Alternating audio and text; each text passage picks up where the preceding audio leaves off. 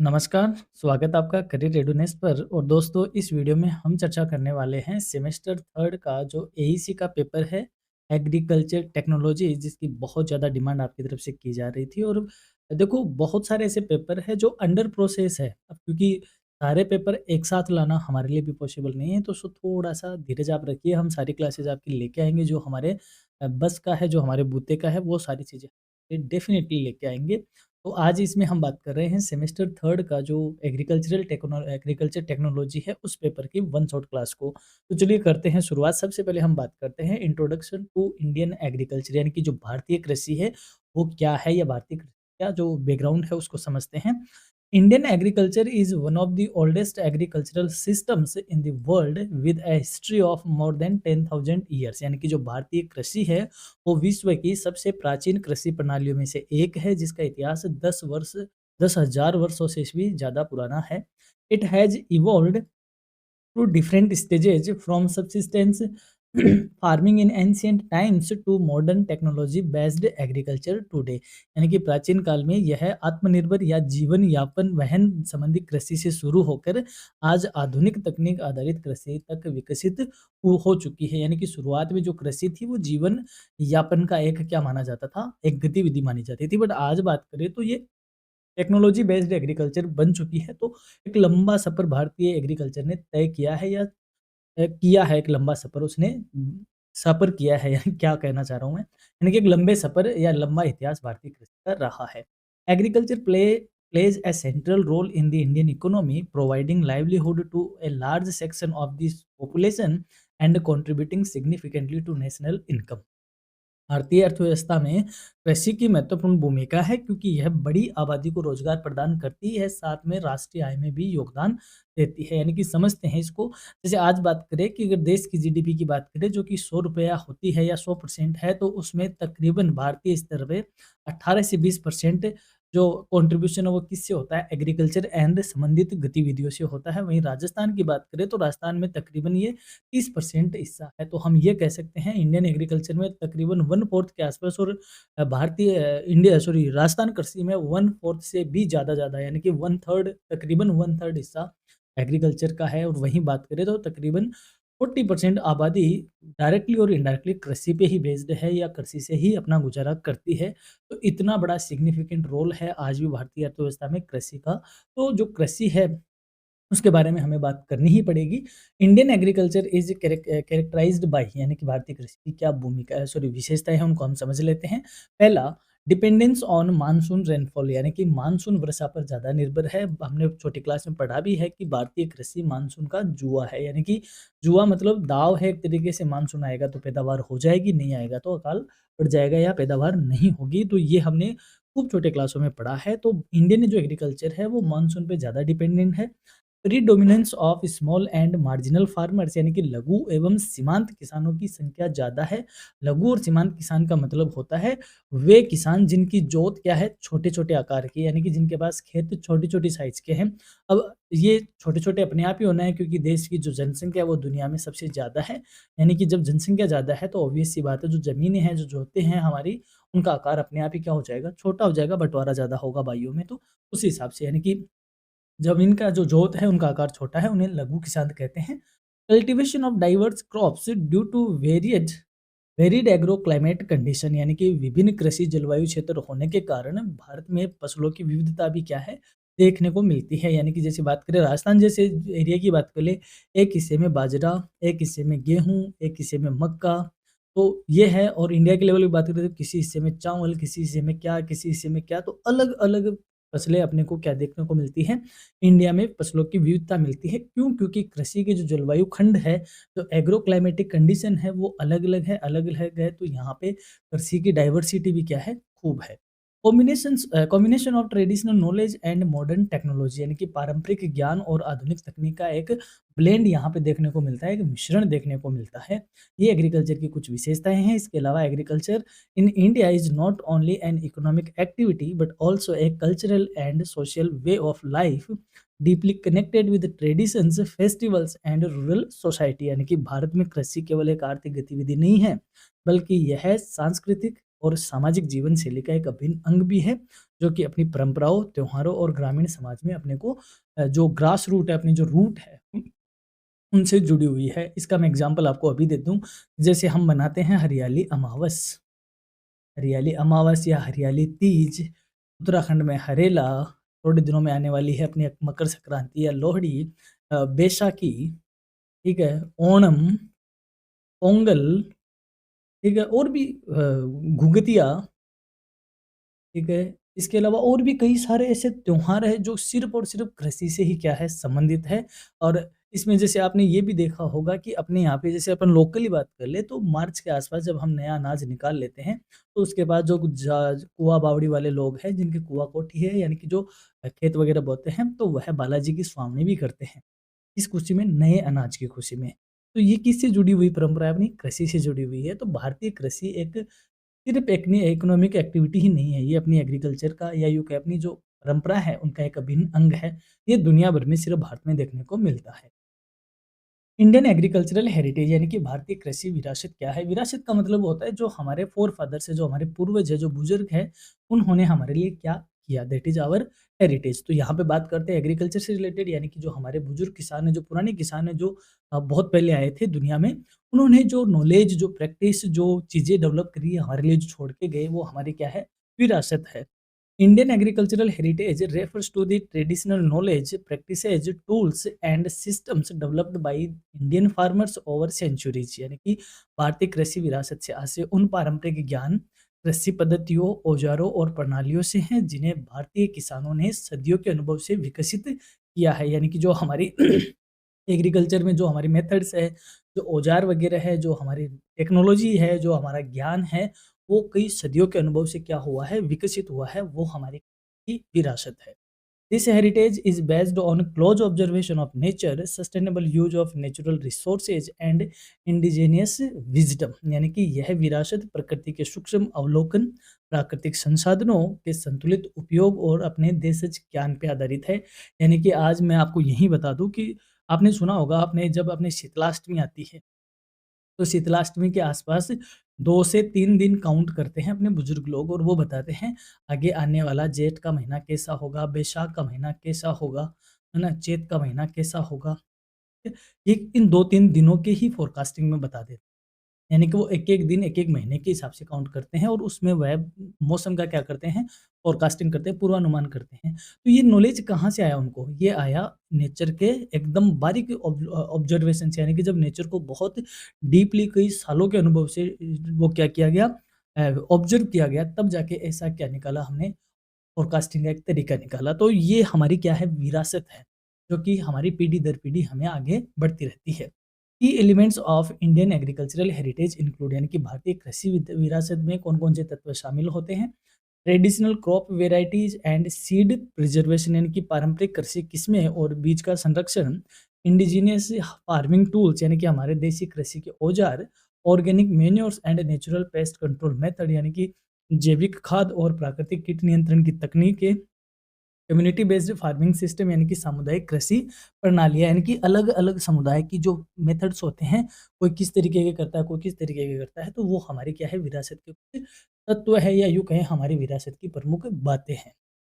This heritage reflects India's deep understanding of soil, water, climate and biodiversity which helped sustainable या sustained agriculture for generations without harming the environment. यानी कि ये जो अपनी विरासत है वो मिट्टी, जल, जलवायु और जैव विविधता की गहरी समझ को दर्शाती है, जिसने पर्यावरण को बिना नुकसान पहुँचाए पीढ़ियों तक कृषि को बनाए रखा है। यानी कि आज जब हम ग्लोबल लेवल पे सस्टेनेबल डेवलपमेंट की बात कर रहे हैं, लेकिन हम जब अपनी विरासत को उठाते हैं, तो भारत की जो एग्रीकल्चर है, वह तो कई सदियों से सस्टेनेबल डेवलपमेंट का क्या है, एक बेहतरीन एग्ज़ाम्पल है। सस्टेनेबल डेवलपमेंट क्या होता है? सस्टेनेबल डेवलपमेंट का मतलब होता है कि हम हमारी आज की ज़रूरतों को इस कदर पूरा करें कि जो आने वाली पीढ़ी है, जो जनरेशन है, उनकी ज़रूरतों से हमें समझौता नहीं करना पड़े। मतलब हम हमारे रिसोर्सेज़ को, हमारे नेचुरल रिसोर्सेज़ को बहुत सही ढंग से बरतें, उस एनवायरनमेंट को संजो के रखें, उस एनवायरनमेंट को बचा के रखें आगे आने वाली पीढ़ियों के लिए। उसे कहते हैं सस्टेनेबल डेवलपमेंट। तो भारतीय कृषि तो प्रकृति का आत्मसात के बिना कुछ है ही नहीं। इंडियन या सनातन को जब आप देखते हो तो हर चीज़ क्या है, प्रकृति के आत्मसात ही है, जहाँ पर अगर साँप की भी पूजा होती है, इसका मतलब आप देख सकते हो कि उन्होंने प्रकृति को कितना आत्मसात किया हुआ है। तो ये एग्रीकल्चर है। ये एग्रीकल्चर है। आज भी अपन जैसे मान लो गोगा राखड़ी बाँधते हैं, गोगा गोगा राखी यानी कि जब गोगा अष्टमी होती है तो आपने देखा होगा अपन जिस रीजन में रहते हैं वहाँ पर जो रक्षाबंधन के बाद जब गोगा नवमी आती है, तो गोगा जी को हम राखी चढ़ाते हैं। गोगा जी को कृषि का देवता भी कहते हैं, तेजा जी को भी कृषि का देवता कहते हैं। ये गायों के रक्षक देवता भी रहे हैं और कृषि गतिविधियों में इनका बहुत ही क्या है, मान्यता है। तो ये सारी चीज़ें बताती है कि इंडिया में किस तरीके से विरासत बनी है कृषि को लेकर और किस तरीके से उन्होंने समझ को डेवलप किया है।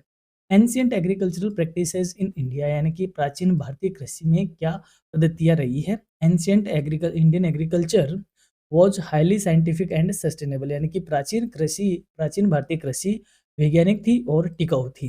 Farmers followed practices based on seasons, soil fertility and natural cycle यानी कि जो किसान है वो ऋतुओं, मिट्टी की उर्वरता और प्राकृतिक चक्रों के आधार पर खेती करते थे।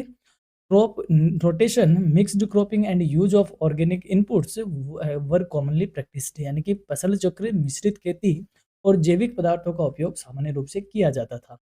अभी जैसे मैं आपको एक एग्जांपल दूँ कि अभी सर्दियों का सीज़न है, गेहूँ आप बोए हुए देखते हो। तो आप एक खेत देख रहे हो जिसमें इस तरीके से है, एक साइड उस किसान ने गेहूँ बो रखे हैं और एक दूसरी साइड उस किसान ने सरसों बो रखी है।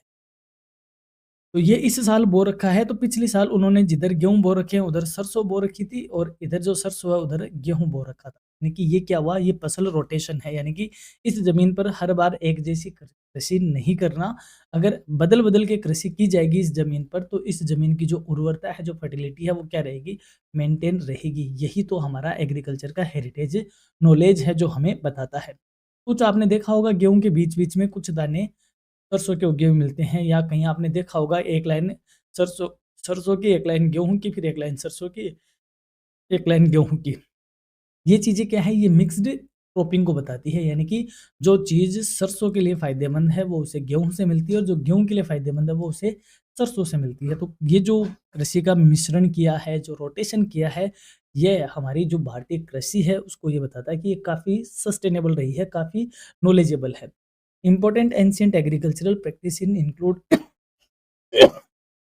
सॉरी, प्राचीन कृषि की प्रमुख विधियाँ कौन-कौन सी थी? पहला ही है crop rotation to maintain soil fertility यानी कि जी मिट्टी की उर्वरता बनाए रखने के लिए फसल का चक्रण करना यानी कि फसल को बदल-बदल कर उस मिट्टी पे बोना। सेकंड है mixed cropping to reduce risk of crop failure यानी कि फसल नष्ट होने की जोखिम को कम करने के लिए मिश्रित खेती को बढ़ावा दिया। Use of cow dung, compost and green manure यानी कि गोबर, कंपोस्ट और हरी खाद का क्या करना, प्रयोग करना ताकि ऑर्गेनिक खेती को बढ़ावा दिया जा सके या ऑर्गेनिक खेती बनी रहे। ये ऑर्गेनिक खेती की बातें आज होने लगी है। अगर इंडियन एग्रीकल्चर को देखें तो वो शुरू से ही क्या थी, ऑर्गेनिक की थी। केमिकल का नाम मात्र का यूज़ नहीं होता। Traditional irrigation systems like ponds, ये टैंक नहीं है, पॉन्ड है। पॉन्ड्स, वेल्स एंड कैनाल्स यानी कि तालाब, कुएँ और नहरों जैसी पारंपरिक सिंचाई प्रणाली को यूज़ में लेना। Natural pest control using plant based extracts यानी कि पौधों से बने हुए पदार्थों द्वारा प्राकृतिक कीट नियंत्रण तैयार करना। आपने देखा होगा ऑर्गेनिक फार्मिंग में ये खूब होता है कि नीम हुआ, आंकड़ा हुआ, गुड़ आदि हुआ या पेड़ों के अलग-अलग पेड़ों के है उनसे पत्तों को सड़ा गलाकर वो क्या बनाते हैं, नेचुरल पेस्ट कंट्रोल बनाते हैं और उसी से क्या करते हैं, वो उसी का छिड़काव करते हैं। ना कि केमिकल के बने पेस्टिसाइड्स का करते हैं। तो ये जो चीज़ें हैं, ये जो नीम वगैरह आदि का छिड़काव करना, ये है कि जो प्लांट बेस्ड एक्सट्रैक्ट तैयार करके ही नेचुरल पेस्ट बनाना, तो ये हमें बताता है कि इंडियन जो एग्रीकल्चर है वो कितनी साइंटिफिक थी और कितनी ऑर्गेनिक थी। These practices ensured long term productivity and environmental balance यानी कि इन विधियों से दीर्घकालीन उत्पादन और पर्यावरण संतुलन बना रहता है या बना रहता था। अब बात करते हैं relevance of agricultural heritage to present day agriculture यानी कि आज की वर्तमान कृषि पद्धति की। देखिए आप कृषि को देखते हुए जो भारतीय कृषि है, भारतीय जो कृषि की विरासत है वो कितनी प्रासंगिक है, कितनी रिलेवेंट है। Indian agricultural heritage is highly relevant in the present era, especially in the context of climate change, soil degradation and sustainable development। यानी कि वर्तमान समय की बात करें जहाँ पर जलवायु परिवर्तन, मिट्टी की गुणवत्ता में गिरावट और सतत विकास जैसी चुनौतियां हैं, उनके कारण कृषि जो भारतीय कृषि विरासत है उसकी प्रासंगिकता और भी बढ़ गई है। Many traditional practices are eco friendly and cost effective यानी कि कई ऐसी परंपराएं हैं, पारंपरिक विधियां हैं, वो पर्यावरण के अनुकूल है और कम लागत वाली भी है। आज जब आप देखते हो कि ग्लोबल लेवल पे सस्टेनेबल डेवलपमेंट का की तूती चल रही है, या यूँ कहें ग्लोबल लेवल पे सस्टेनेबल डेवलपमेंट की बातें होती है, लेकिन इंडियन एग्रीकल्चर को उठा के देखोगे तो वो शुरू से ही क्या है, सस्टेनेबल डेवलपमेंट का एक एग्जाम्पल है।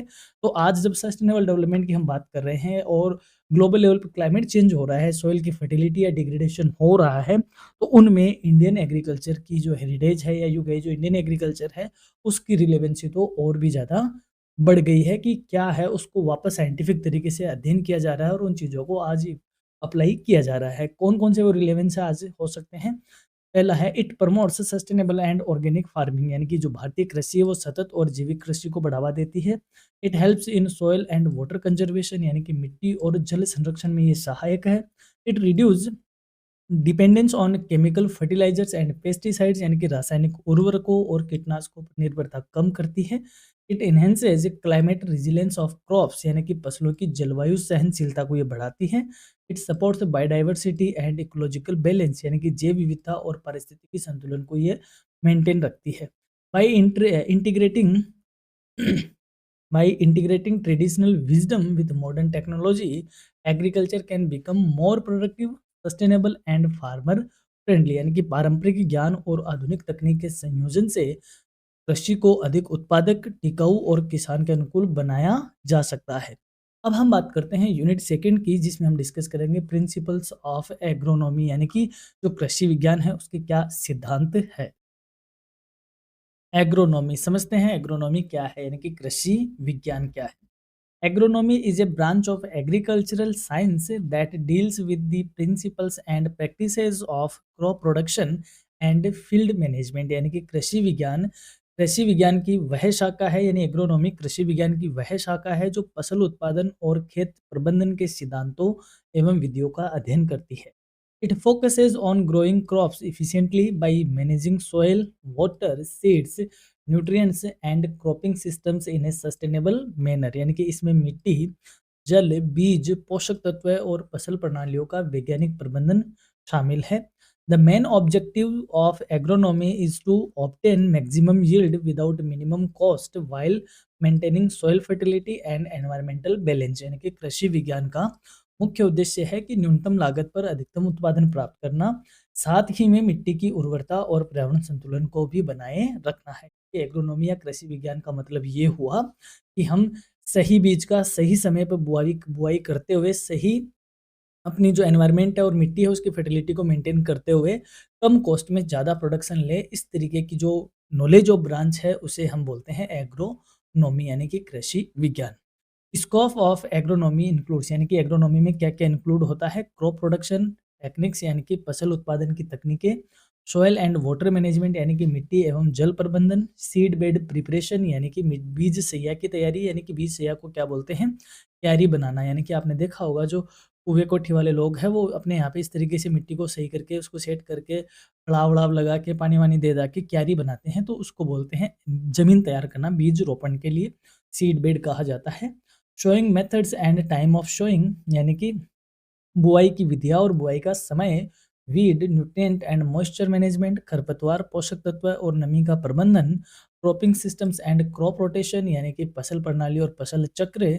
Sustainable and climate resilient farming practices, यानी कि सतत एवं जलवायु सहिष्णु कृषि पद्धतियाँ। ये सारी बातें हम एग्रोनॉमी यानी कि कृषि विज्ञान के क्षेत्र में या कृषि विज्ञान में शामिल करते हैं। Agronomy plays a vital role in improving from productivity, food security and sustainability, यानी कि कृषि विज्ञान कृषि उत्पादकता, खाद्य सुरक्षा और स्थिरता बढ़ाने में महत्वपूर्ण भूमिका निभाता है। प्रिंसिपल्स ऑफ एग्रोनॉमी, यानी कि कृषि विज्ञान के सिद्धांत क्या है। The principles of agronomy are basic guidelines that help farmers achieve efficient and sustainable crop production। कृषि विज्ञान के सिद्धांत वे मूल दिशा निर्देश है जो कुशल और टिकाऊ फसल उत्पादन में सहायक किसानों की सहायता करते हैं। These principles are based on scientific understanding of crops and their environment, यानी कि ये जो सिद्धांत है वो फसलों और उनके पर्यावरण की वैज्ञानिक समझ पर आधारित होते हैं। कौन कौन से हैं इसमें सिद्धांत। Major principles of economy, proper selection of crop and varieties, यानी कि जो सही उपयुक्त फसल और किस्म का चयन करने का सिद्धांत। एफिशिएंट लैंड प्रैक्टिस प्रिपरेशन यानी कि उचित भूमि तैयारी यानी कि जो ज़मीन है, जो खेत है उसको सही ढंग से करने का सिद्धांत। यूज़ ऑफ क्वालिटी सीड यानी कि अच्छी क्वालिटी के बीज यूज़ करने का सिद्धांत। Proper time, method and depth of sowing यानी कि बुआई का सही समय, बुआई की सही विधि और कितनी गहराई पर बीज बोने हैं, इन सब को सही मैनर में रखने का सिद्धांत। बैलेंस्ड न्यूट्रिएंट मैनेजमेंट यानी कि संतुलित जो पोषक तत्व है उसका मैनेजमेंट प्रॉपर होना। इफेक्टिव वाटर मैनेजमेंट, सही जल प्रबंधन करना। Timely weed and pest control, समय पे खरपतवार को और पेस्ट को कंट्रोल करना यानी कि जो कीट नियंत्रण है और जो खरपतवार है उसको समय पर क्या करना, कंट्रोल करना। And adoption of suitable cropping system, और साथ ही में उपयुक्त फसल प्रणाली का क्या करना, सेलेक्ट करना। ये सारे अपने कृषि या एग्रोनॉमी के क्या है, प्रमुख प्रिंसिपल है। ये इंपॉर्टेंट है आपके लिए, बड़े वाले क्वेश्चन के लिए यही क्वेश्चन पूछा जाएगा। Following these principles ensures better crop growth, higher yields and resource conservation यानी कि इन सिद्धांतों का पालन करने से अच्छी फसल वृद्धि होती है, अधिक उत्पादन मिलता है और साथ ही में जो हमारे संसाधन हैं उनका भी संरक्षण होता है। अब बात करते हैं सीड्स एंड सोइंग यानी कि बीज और बुआई। Seeds are the most critical input in agriculture as the success of a crop largely depends on the quality of seeds use यानी कि जो बीज है वो कृषि का सबसे महत्वपूर्ण घटक है, क्योंकि फसल की सफलता काफ़ी हद तक बीज की गुणवत्ता पर ही निर्भर करती है। यानी कि सही किस्म का, सही क्वालिटी का यदि हम बीज यूज कर रहे हैं तो हमारा जो एग्रीकल्चर का जो प्रोडक्शन है वो मोटा मोटा किस पे डिपेंडेंट है, बीज पर। यदि बीज ही खराब होगा तो सीधी सी बात है अपना प्रोडक्शन भी या तो होगा ही नहीं या तो खराब होगा। बीजों पर ही हमारी एग्रीकल्चर काफ़ी हद तक डिपेंड करती है।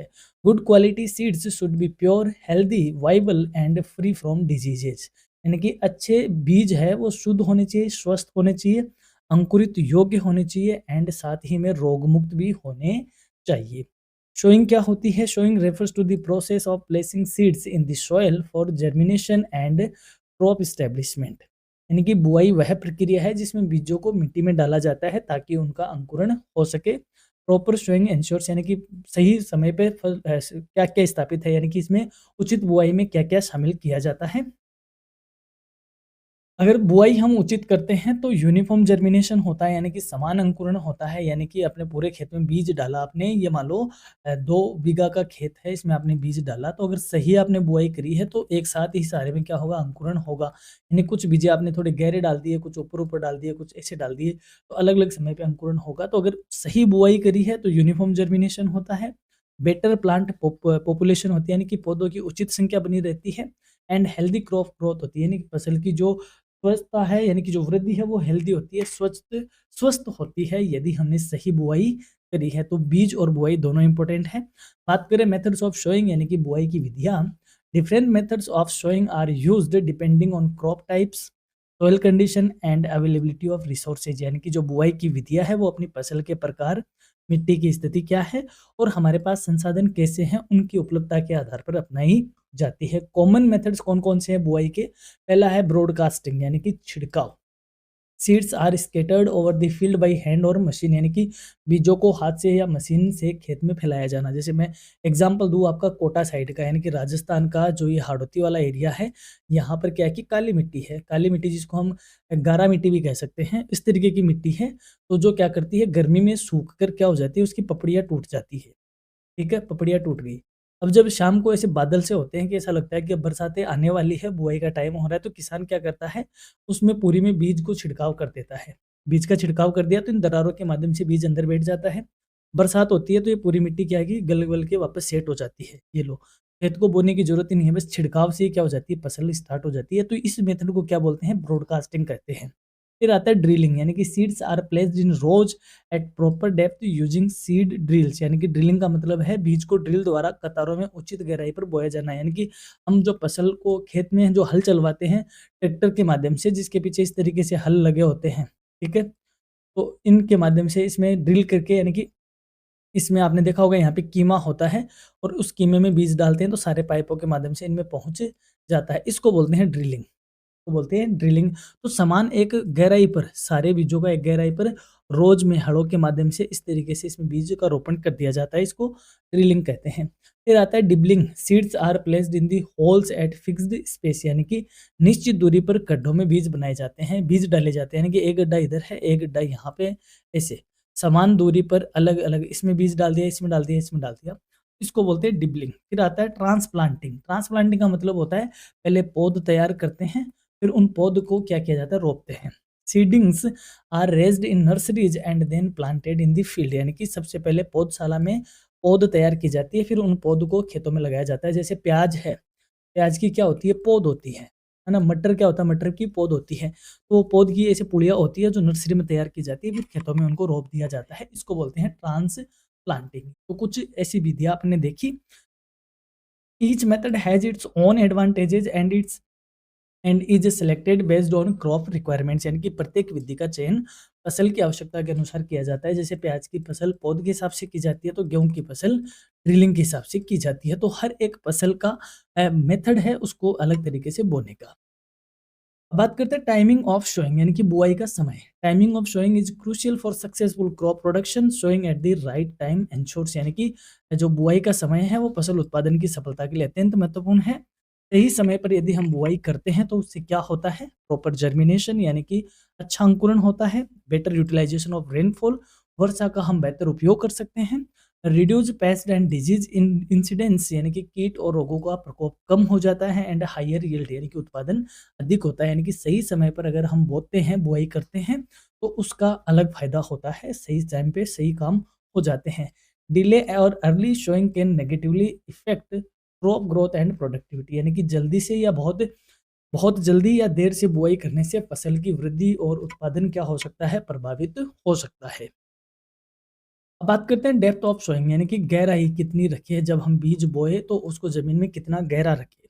Depth of sowing refers to how deep the seed is placed in the soil, यानी कि बुआई की गहराई से आशय है कि बीज को मिट्टी में कितनी गहराई पे बोया जाए। प्रॉपर डेप्थ इंश्योर्स, यानी कि उचित गहराई बताती है। एडुकेट मॉइस्चर फॉर जर्मिनेशन, यानी कि अंकुरण के लिए पर्याप्त नमी मिल जाती है, उचित गहराई रखते हैं तब। स्ट्रॉन्ग रूट डेवलपमेंट, जड़ों का अच्छा विकास हो जाता है। इजी इमरजेंस ऑफ सीडलिंग्स, यानी कि पौधे आसानी से बाहर निकल आते हैं, यानी कि एक बहुत ज़्यादा गहरा भी नहीं होना चाहिए ज़मीन से और बहुत ऊपर भी नहीं होना चाहिए। अगर ऊपर होगा तो वह मॉइस्चर वगैरह नहीं मिलेगा तो अंकुरण नहीं होगा, बहुत गहरा होगा तो वह उसको ऊपर आने में टाइम लग जाएगा, तो यानी कि उसका अंकुरण सही समय पे नहीं होगा। तो उचित गहराई होनी चाहिए जहाँ पर मॉइस्चर भी बना रहे और प्रॉपर सीडलिंग भी उसमें हो सके।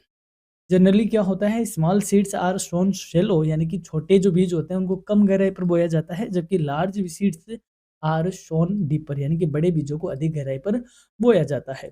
इम्प्रॉपर डेप्थ में लीड टू पुअर जर्मिनेशन और सीडलिंग्स मोर्टेलिटी, यानी कि गलत गहराई पर बुआई करने से अंकुरण या तो कमजोर हो जाता है या पौधे नष्ट हो जाते हैं। अब हम बात करते हैं यूनिट थर्ड की, जिसमें हम देखेंगे क्रॉप न्यूट्रिशन एंड हाइड्रोपोनिक्स, इसके बारे में हम बात करेंगे। अब बात करते हैं हाइड्रोपोनिक्स की। हाइड्रोपोनिक्स वैसे तो देखो इंग्लिश वर्ड ही है, हाइड्रो हम वाटर को बोलते हैं। हाइड्रोपोनिक्स को हम ये कह सकते हैं जलीय खेती। या जलीय खेती ऐसा नहीं कि जैसे सिंगाड़े उगते हैं वो तो क्या कि प्रॉपर होती ही जल में है। ऐसी खेती जो एक जल में बोई जाती है, यानी कि पौधे तो जनरली मिट्टी में ही बोने होते हैं, लेकिन हम उसको मेथड इस तरीके से डेवलप करें कि मिट्टी का इस तरीके से या जल में कोई ऐसा घोल सा बनाए और उसमें ही उस पौधों को लगा के रखें, वो बोलते हैं हाइड्रोपोनिक्स। समझते हैं इस चीज को, क्रॉप न्यूट्रिशन हाइड्रोपोनिक्स की बात करते हैं। Crop nutrition refers to the supply and management of essential nutrients required by plants for their growth development and yield, यानी कि फसल पोषण से तात्पर्य उन आवश्यक पोषक तत्वों की आपूर्ति और प्रबंधन से है जो पौधों की वृद्धि, विकास और उत्पादन के लिए आवश्यक होते हैं। Plants absorb nutrients mainly from soil and water, यानी कि पौधे पोषक तत्वों को मुख्यतः मिट्टी और जल से ग्रहण करते हैं। Adequate and balanced nutrition improves crop productivity, quality and resistance to pest and disease, यानी कि अगर सही ढंग से बैलेंस न्यूट्रिशन होता है, यानी कि पोषण अगर बैलेंस में रहता है, संतुलित रहता है, तो ये हमारी फसल की उत्पादकता को, गुणवत्ता को भी बढ़ाता है और साथ ही में जो पेस्ट और बीमारियां होती हैं उनसे भी जो हमारी पौधे हैं या हमारी जो खेती है, फसल है, उसको ये बचाता है। फंक्शंस ऑफ क्रॉप न्यूट्रिशन, यानी कि क्रॉप न्यूट्रिशन के फंक्शन क्या है, फसल पोषण के कार्य क्या है। It promotes healthy plant growth, यानी कि पौधों की स्वच्छ स्वस्थ वृद्धि में सहायता करता है। It increases yield and quality यानी कि उत्पादन और गुणवत्ता में वृद्धि करता है। इट इम्प्रूव्स स्ट्रेस टॉलरेंस, ये तनाव की सहनशीलता को ये बढ़ाता है। इट मेंटेन्स सॉइल फर्टिलिटी, ये मिट्टी की उर्वरता बनाए रखता है। ये इसके काम है। अब बात करें मेन्योर्स एंड फर्टिलाइजर्स की, यानी कि खाद और जो फर्टिलाइजर्स है, उर्वरक है, वो क्या है? Manures are organic substances derived from plant and animal wastes, while fertilizers are inorganic or synthetic sources of nutrients। यानी कि जो खाद की बात करें, ये पौधों और पशुओं के अपशिष्ट से बने जैविक पदार्थ होते हैं, जबकि उर्वरक पोषक तत्वों के रासायनिक या कृत्रिम स्रोत होते हैं। Both are used to supply nutrients to crop. इन दोनों का यूज ही फसल को पोषण सप्लाई करने के लिए किया जाता है, यानी कि फसल को पोषक बनाने के लिए या यूँ कहें उसमें पोषण देने के लिए दोनों का यूज किया जाता है। सबसे पहले बात करते हैं मेन्योर्स की, यानी कि बेनिफिट्स ऑफ मैन्योर, खाद के लाभ क्या है? इंप्रूव सॉइल स्ट्रक्चर, ये मिट्टी की संरचना में सुधार लाती है। इंक्रीज वाटर होल्डिंग कैपेसिटी, ये मिट्टी की जल धारण क्षमता को बढ़ाती है। रिलीज न्यूट्रिएंट्स स्लोली, और ये पोषक तत्व धीरे धीरे उपलब्ध करवाती है, यानी कि जब खेत में हम खाद वगैरह डालते हैं तो उससे मिट्टी का स्ट्रक्चर सुधरता है, वाटर होल्डिंग कैपेसिटी बढ़ती है, और साथ ही में इसमें से न्यूट्रिएंट थोड़े धीरे निकलते हैं क्योंकि ऑर्गेनिक है तो टाइम लेता है। वहीं फर्टिलाइजर की बात करें, इसके क्या उपयोग हो सकते हैं या इसके क्या लाभ होते हैं? सप्लाई न्यूट्रिएंट्स क्विकली, ये पोषक तत्व शीघ्र उपलब्ध कराते हैं। जैसे जो अपन यूरिया डालते हैं मखने की तरह, ऐसे व्हाइट व्हाइट कलर के बीज से होते हैं, वो हम छिड़काव करते हैं तो थोड़ा सा पिघलते ये तुरंत स्पीड से क्या करता है, क्विकली न्यूट्रिएंट्स प्रोवाइड करवाता है। हाईली कॉन्सेंट्रेटेड, यानी कि अधिक सघन होता है। एंड ईजी टू अप्लाई, और इनको अप्लाई करने में या उपयोग में लाना भी क्या होता है, सरल होता है। Balanced use of manures and fertilizers ensures sustainable sustainable crop production, यानी कि खाद और उर्वरकों का संतुलित उपयोग स्थायी कृषि के लिए आवश्यक है। यानी दोनों का सही मात्रा में उपयोग करना चाहिए। न्यूट्रिएंट यूज इफिशिएंसी, यानी कि एनयूई क्या है, यानी कि पोषक तत्व उपयोग दक्षता क्या है? Nutrient use efficiency refers to how effectively plants use applied nutrients for producing yield। यानी कि पोषक तत्व उपयोग दक्षता से आशय है कि पौधे दिए गए पोषक तत्वों का उत्पादन बढ़ाने में कितने प्रभावी ढंग से उपयोग करते हैं। Higher NUE reduce input cost and environmental pollution, यानी कि अगर ये दक्षता अनुपात ज़्यादा होता है तो ये हमारे कॉस्ट को कम करता है और साथ ही में पर्यावरण प्रदूषण को भी क्या करता है, कम करता है।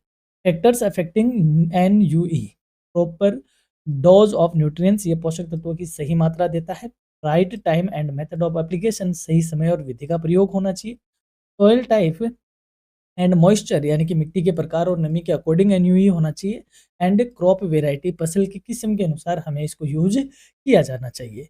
Improving NUE leads to better productivity and sustainability, यानी कि उच्च या सही एनयूई से उत्पादन लागत में कमी और पर्यावरण संरक्षण होता है। यानी कि जो पोषक तत्व है या पोषक तत्व उपयोग दक्षता जो अनुपात होता है वो सही ढंग से होना चाहिए। यानी कि हम जो पोषक तत्व डालते हैं, इन्हें एक तरीके से ये कहा जा रहा है कि जो हम सप्लीमेंट दे रहे हैं या पोषण के तौर पे हम जो कुछ देते हैं अपनी खेती को, वह पोषण का जो डोज है वह क्या होना चाहिए, सही होना चाहिए। बहुत ज़्यादा हाई भी नहीं होना चाहिए, बहुत ज़्यादा लो भी नहीं होना चाहिए, बैलेंस डोज होना चाहिए। साथ ही में सही समय पे दिया जाना चाहिए। अपनी जो मिट्टी है उसका प्रकार कैसा है, उसकी मॉइस्चर कैसी है, उसके अकॉर्डिंग होना चाहिए और क्रॉप वैरायटी के अकॉर्डिंग होना चाहिए। यानी कि ये इसी तरीके से है, जब हम बीमार होते हैं तो हम टेबलेट देते हैं और टेबलेट किसके हिसाब से देते हैं, एमजी के हिसाब से। अगर छोटे बच्चे हैं तो हम उस टेबलेट को क्या कर देते हैं, आधा टुकड़ा कर देते हैं या फिर उसका चौथा हिस्सा देते हैं। बड़ा एडल्ट व्यक्ति है तो उसको पूरी डोज देते हैं। तो ये एमजी होता है, ये क्या है, वो पोषण ही है। आप ये मान लो कि ये जो एनयूई है ये खेत की क्या है, टेबलेट है, और उस मिट्टी के अकॉर्डिंग उसका एमजी डिसाइड होना चाहिए, यानी उसकी क्वांटिटी, उसका डोज, उसका टाइम, ये सब उसके अकॉर्डिंग होना चाहिए। तो अगर एनयूई सही होगा तो बेटर प्रोडक्टिविटी होगी और सस्टेनेबिलिटी सही होगी। अब बात करते हैं वाटर रिसोर्सेज की।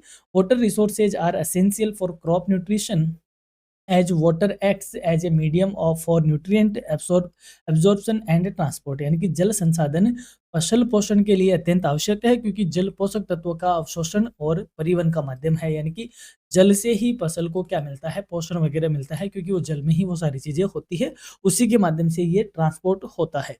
Sources include rainfall, rivers, canals, wells and ground level water, यानी कि इसमें यानी कि जो वाटर के सोर्सेज है उनमें वर्षा का पानी, नदियाँ, नहरें, कुएं और भूजल आदि शामिल होते हैं। इफिशिएंट वाटर मैनेजमेंट एंश्योर्स, यानी कि अगर उचित जल प्रबंधन होगा तो बेटर न्यूट्रिएंट अवेलेबिलिटी होगी, यानी कि पोषक तत्वों की उपलब्धता बनी रहेगी। रिड्यूस्ड न्यूट्रिएंट लॉसेज, यानी कि जो पोषक तत्वों की हानि होती है वह कम होगी। एंड हेल्दी प्लांट ग्रोथ, और जो हमारी पौध है उसकी स्वस्थ वृद्धि एंश्योर होगी यदि वाटर मैनेजमेंट सही हुआ तो। सॉइल प्लांट वाटर रिलेशनशिप, यानी कि मिट्टी पौधा जल संबंध क्या है, यानी कि इन तीनों में आपस में कैसा रिलेशन है। The soil plant water relationship explains how soil moisture affects nutrient uptake and plant growth, यानी कि मिट्टी पौधा जल संबंध यह दर्शाता है कि मिट्टी की नमी पोषक तत्वों के अवशोषण और पौधों की वृद्धि को कैसे प्रभावित करती है, यानी कि जो मिट्टी की नमी है, मॉइस्चर है, वो जो उसमें न्यूट्रिएंट है उनके अवशोषण को कैसे करती है, और वह जो पौधों की ग्रोथ होती है उसको किस तरीके से इम्पेक्ट करती है। Soil stores water, plants absorb it through roots and nutrients move along with water, यानी कि जो मिट्टी है वो जल को धारण करती है, यानी कि जल को संचित रखती है अपने अंदर। पौधे की जड़ों द्वारा उसे ग्रहण किया जाता है, यानी कि जो मिट्टी होती है उसमें वाटर होल्ड किया जाता है, सीधी सी बात है। और जो पौधे हैं उसकी जो जड़ है उस वो जड़ क्या करती है, इस होल्डिंग वाटर को क्या करती है, लेता है, और जल के साथ पोषक तत्व पौधे तक पहुंचते हैं, और फिर इन जड़ों से होते हुए पानी के साथ जो पोषक तत्व है वो इस फसल की जड़ों तक, या यूं कहे इस फसल तक पहुंचता है। तो इन तीनों का रिलेशन क्या है, बढ़िया है। अगर मिट्टी सही पानी होल्ड करती है तो रूट्स के माध्यम से सही पानी मिलेगा और ऊपर सही पोषक तत्व जाएंगे। और अगर जैसे मिट्टी अपनी बालू मिट्टी की तरह है जिसकी वाटर कैपेसिटी, होल्डिंग कैपेसिटी बहुत कम है, तो ये सारी चीज़ें उस मिट्टी पे डिपेंड करती है। Proper balance among soil plant and water is essential for, यानी इन तीनों का जो संतुलन होता है वो आवश्यक है, क्योंकि इफिशिएंट न्यूट्रिएंट अपटेक, इससे पोषक तत्वों का कुशल अवशोषण होता है। हेल्दी रूट डेवलपमेंट, जड़ों का अच्छा विकास होता है। एंड हायर क्रॉप यील्ड, और अधिक उत्पादन भी हमें प्राप्त होता है यदि इन तीनों का सही रिलेशनशिप होता है तो। अब बात करते हैं हाइड्रोपोनिक्स। हाइड्रोपोनिक्स क्या होती है, एक तरीके से जल खेती होती है, यानी कि मिट्टी में लगाने की बजाय जल में इस तरीके से न्यूट्रिएंट्स डाल के उसका एक उचित घोल बनाकर इसमें डायरेक्ट पौधे लगाना, इसको क्या बोलते हैं, हाइड्रोपोनिक्स कहते हैं। जैसे मान लो आजकल आपने देखा होगा यूट्यूब पे या रील पे आप देखते होंगे, कई जगह जैसे ऐसे कुछ छबड़ी सी ले ली प्लास्टिक की, इसमें क्या लगाया जाता है, इसमें धनिया लगा दिया और उसको पानी में ऐसे कैसे रख दिया, ठीक है, ये लो, कोई मिट्टी-मिट्टी नहीं है। इसको क्या बोल देंगे हम, हाइड्रोपोनिक्स बोलेंगे, यानी कि डायरेक्ट पानी में ही वो चीज़ बो देना, लेकिन उसमें कुछ न्यूट्रिएंट्स वगैरह होने चाहिए जो कि उस पौधे को या उस फसल को क्या है, रिक्वायर्ड है। Hydroponics is a modern method of growing plants without soil using a nutrient rich water solution, यानी कि हाइड्रोपोनिक्स पौधों को मिट्टी के बिना पोषक तत्वों से युक्त जल घोल में उगाने की आधुनिक तकनीक है। It is widely used where land और वाटर इज लिमिटेड, यानी कि यह विधि विशेष रूप से उन क्षेत्रों में उपयोगी होती है जहां भूमि और जल की क्या होती है, कमी होती है। एडवांटेजेस, यानी इसके लाभ क्या है हाइड्रोपोनिक्स के, फास्टर प्लांट ग्रोथ, पौधों की तीव्र वृद्धि होती है क्योंकि डायरेक्ट न्यूट्रिएंट मिलते हैं पानी से। हायर यील्ड, उत्पादन अधिक होता है। इफिशिएंट वाटर यूज, जल का सही उचित प्रबंधन उपयोग हो जाता है। नो सॉइल बोर्न डिजीज, यानी कि और मिट्टी जनित रोग होते नहीं, क्योंकि मिट्टी तो होती नहीं, तो मिट्टी जनित होने वाले रोग भी क्या होंगे, उनसे भी मुक्ति मिल जाएगी। तो ये इसके कुछ फायदे हैं। Principles and concept of hydroponic technology, ये इंपॉर्टेंट क्वेश्चन है आपके लिए, पूछा ही जाएगा। हाइड्रोपोनिक टेक्नोलॉजी की क्या प्रिंसिपल है, क्या इसकी अवधारणा है। Hydroponic technology is based on, यानी कि हाइड्रोपोनिक तकनीक निम्न सिद्धांतों पर आधारित है। Direct supply of nutrients to roots, जड़ों को सीधे पोषक तत्वों की आपूर्ति करता है। कंट्रोल्ड एनवायरनमेंट, यानी कि नियंत्रित वातावरण रहता है। Proper oxygen, light and temperature बना रहता है, यानी कि उपयुक्त ऑक्सीजन, प्रकाश और तापमान मेंटेन रहता है। एंड बैलेंस्ड न्यूट्रिएंट सॉल्यूशन, यानी कि संतुलित पोषक घोल होना जरूरी है, या वह होगा तभी हाइड्रोपोनिक सक्सेस होगी। अगर संतुलित पोषक घोल नहीं होगा तो कहीं ना कहीं पोषण की कमी या पोषण की अधिकता की वजह से फसल खराब हो सकती है। तो ये इसके कुछ बेसिक सिद्धांत हैं। These principles help achieve efficient and precise crop production, ये सिद्धांत सटीक और कुशल फसल उत्पादन में क्या है, सहायक सिद्ध होते हैं। अब बात करते हैं एसेंशियल प्लांट न्यूट्रिएंट एलिमेंट, यानी कि आवश्यक जो प्लांट या पोषक है, जो पौधों के लिए पोषक घटक है, वो कौन कौन से हैं। Plant requires essential nutrients for normal growth, यानी कि पौधों की सामान्य वृद्धि के लिए आवश्यक पोषक तत्वों की जरूरत होती है। दीज आर क्लासिफाइड एज, और इन्हें हम निम्न प्रकार से बांट सकते हैं। एक होते हैं मैक्रो न्यूट्रिएंट्स, यानी कि मुख्य पोषक तत्व, और एक होते हैं माइक्रो न्यूट्रिएंट्स, यानी कि सूक्ष्म पोषक तत्व। मुख्य जो पोषक तत्व उनमें आता है nitrogen, phosphorus, potassium, calcium, magnesium, sulphur etcetera. And जो माइक्रो न्यूट्रिएंट्स है उसमें iron, zinc, copper, manganese, boron, moly molybdenum and chlorine, ये इसके आते हैं micro nutrients. Main macro nutrients होते हैं जो कि होने ही चाहिए, और माइक्रो न्यूट्रिएंट सप्लीमेंट के तौर पे काम आते हैं। Each nutrient has a specific role in plant metabolism, प्रत्येक पोषक तत्व की पौधों में अलग अलग भूमिका होती है। Preparation of nutrient solution and routing media, यानी कि अब जो न्यूट्रिएंट सॉल्यूशन है वो उसको किस तरीके से तैयार किया जाता है। In hydroponics a nutrient solution is prepared by dissolving essential nutrients in water in correct proportion, यानी कि जो हाइड्रोपोनिक्स यानी कि जो हम जिस पानी में फसल उगाने वाले हैं, तो ये जो पानी का घोल है इसको हम बोलते हैं न्यूट्रिएंट सॉल्यूशन। तो क्या बोलते हैं, न्यूट्रिएंट सॉल्यूशन है। तो ये सही वे में होना चाहिए। ये पोषक घोल आवश्यक पोषक तत्वों के सही अनुपात में पानी में घोलकर तैयार किया जाता है। इसमें जो मैक्रो और माइक्रो न्यूट्रिएंट होते हैं उनका सही अनुपात बनाकर इसमें क्या किया जाता है, इस घोल में तैयार किया जाता है। Rooting media such as cocopeat, perlite और gravel support plant roots and holds moisture, यानी कि जो रूटिंग मीडिया की बात करें उसमें कोकोपीट यानी कि नारियल की खाल से बनी हुई जो होता है बुरादा, वो परलाइट या बजरी जड़ों को सहारा देती है और नमी बनाए रखती है। आप नर्सरी में ये सारी चीजें देखते हो, कोकोपीट वगैरह, तो ये उस रूटिंग मीडिया को क्या करती है, बनाए रखती है, इसमें मॉइस्चर वगैरह मेंटेन रखती है। प्रॉपर प्रिपरेशन एंश्योर्स, यानी कि अगर हम सही तरीके से तैयारी करेंगे, उचित तैयारी करेंगे, तो उससे क्या होगा, बैलेंस्ड न्यूट्रिशन होगा, यानी कि संतुलित पोषण मिलता रहेगा। स्ट्रॉन्ग रूट ग्रोथ, यानी कि जड़ों का मजबूत विकास होगा। एंड हेल्दी प्लांट डेवलपमेंट, पौधों की स्वस्थ वृद्धि को ये एंश्योर करेगा। अब हम फोर्थ यूनिट में देखेंगे कुछ केस स्टडीज जो कि plant growth in hydroponic system से क्या है, रिलेटेड है। चलिए अब यूनिट फोर्थ में हम हाइड्रोपोनिक्स यानी कि जल खेती से कुछ केस स्टडीज को देखते हैं, यानी कि सीधी सी बात है, कुछ एग्जांपल्स को देखते हैं जो कि हाइड्रोपोनिक्स सिस्टम को हमें और भी बेटर तरीके से समझने में हेल्प करता है। बात करते हैं सबसे पहले introduction to case studies in hydroponics, यानी कि हाइड्रोपोनिक्स में केस स्टडी के क्या एग्जाम्पल्स है या क्या इसका बैकग्राउंड है। Case studies in hydroponics are practical examples that explain how plants grow in soilless systems under controlled condition, यानी कि हाइड्रोपोनिक्स में केस स्टडी ऐसे व्यवहारिक उदाहरण होते हैं जो ये दर्शाते हैं कि प्रणाली में मिट्टी के बिना ही हम कैसे नियंत्रित परिस्थितियों में पौधों की वृद्धि कर सकते हैं या पौधों की वृद्धि होती है। These studies help in understanding the application of hydroponic principles, nutrient management, water efficiency and plant response। ये अध्ययन हाइड्रोपोनिक सिद्धांतों के व्यवहारिक उपयोग, पोषक तत्व प्रबंधन, जल दक्षता और पौधों की प्रतिक्रिया को समझने में मदद करता है। Case studies also provide insights into problem solving, yield improvement and sustainability in modern agriculture. ये जो केस स्टडीज है ये आधुनिक कृषि में समस्या समाधान, उत्पादन वृद्धि और स्थिरता की जानकारी भी देती है। तो करते हैं सबसे शुरुआत पहली केस स्टडी के साथ, जिसको लीफी वेजिटेबल्स यानी कि लेट्यूस इन हाइड्रोपोनिक्स के नाम से जानते हैं, या फिर इस स्टडी को हम समझते हैं। इसमें क्या किया जाता है, इसमें एक जो पाइप होता है, छोटा सा एक नली जैसा पाइप होता है, उसमें पौधे लगा दिए जाते हैं, यानी कि इसमें हल्की जो पत्ती होती है, जड़ी बूटी टाइप के पौधे होते हैं, वो यूज किए जाते हैं, वो लगा दिए जाते हैं, और इनकी जो जड़ें हैं, इधर से इसमें कुछ पोषण युक्त वाला पानी हमेशा फ्लो किया जाता है, ठीक है, और ये जड़ें डूबी हुई रहती है। इससे क्या फायदा होता है, प्रॉपर ऑक्सीजन की सप्लाई तो होती है, फ्रेश पोषण भी मिलता रहता है, और कम छोटी सी एरिया में एक पाइप जैसे में ही क्या लगा दी जाती है, पौध लगा दी जाती है। इसको हम लीफी वेजिटेबल्स या लेट्यूस कहा जाता है।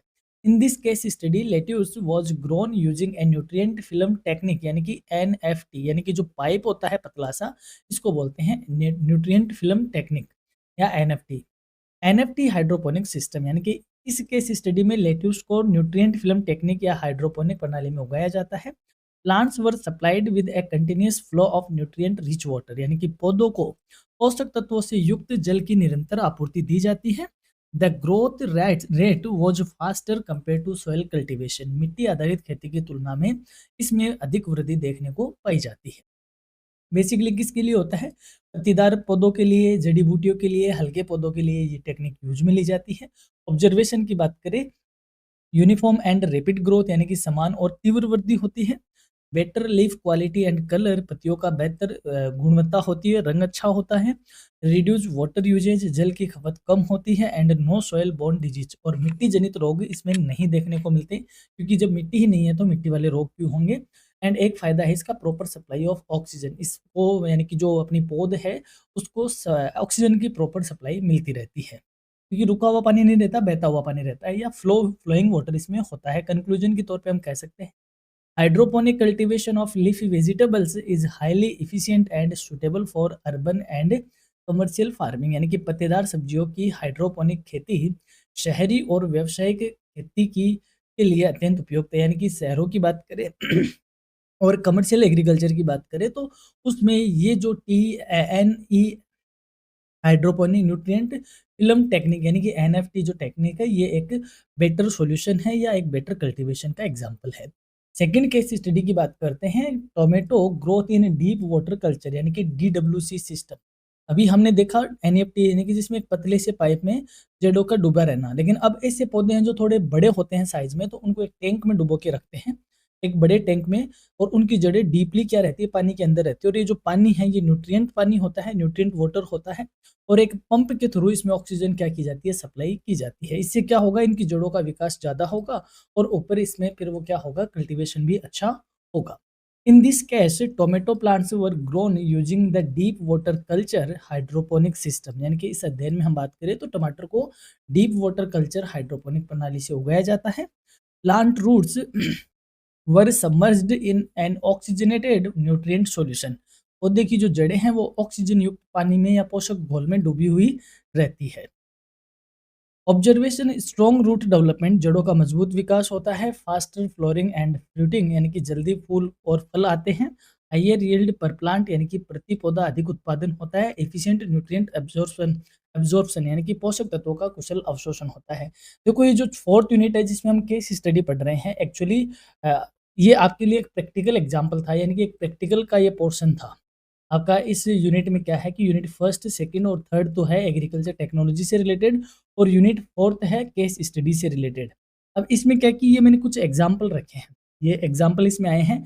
एग्जाम में आपसे ऐसे नहीं पूछा जाएगा कि आप लीफी वेजिटेबल को समझाओ या टमाटो की DWC को समझाओ। आपसे पूछा जाएगा कि हाइड्रोपोनिक सिस्टम को एक्सप्लेन करने के लिए आप कोई एक केस स्टडी का क्या करो, एक्सप्लेनेशन करो। तो वो केस स्टडी मतलब क्या होती है, आप फील्ड में गए, फार्मिंग में गए, और वहाँ पर जाके आपने ऑब्जर्व किया और फिर आप उसको लिख रहे हो, वो है केस स्टडी। तो इसमें एक लीफी वेजिटेबल होगी छोटे पौधों के लिए, और एक बड़े पौधों के लिए हमने DWC को देखा। DWC से फ़ायदा क्या हुआ, रूट का डेवलपमेंट प्रॉपर हुआ, फ्लोरिंग और फ्रूटिंग फास्ट होती है, उत्पादन पर प्लांट बढ़ता है, एंड एफिशिएंट न्यूट्रिएंट अब्जॉर्प्शन होता है हर पौधे द्वारा। कंक्लूजन में आप क्या बताओगे, hydroponic tomato cultivation results in higher productivity and better resource utilization, यानी कि हाइड्रोपोनिक प्रणाली में टमाटर की खेती से उच्च उत्पादकता और संसाधनों का बेहतर उपयोग संभव होता है। एक केस स्टडी और है हर्ब्स की, यानी कि coriander and mint in hydroponic system, यानी कि धनिया और पुदीना का एक एग्जांपल आप दे सकते हो।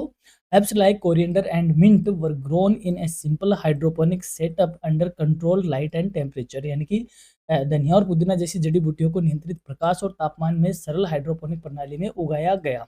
तो देखो यहाँ पे सारी चीजें वर वाज में चल रही है, यानी कि पास्ट में चल रही है।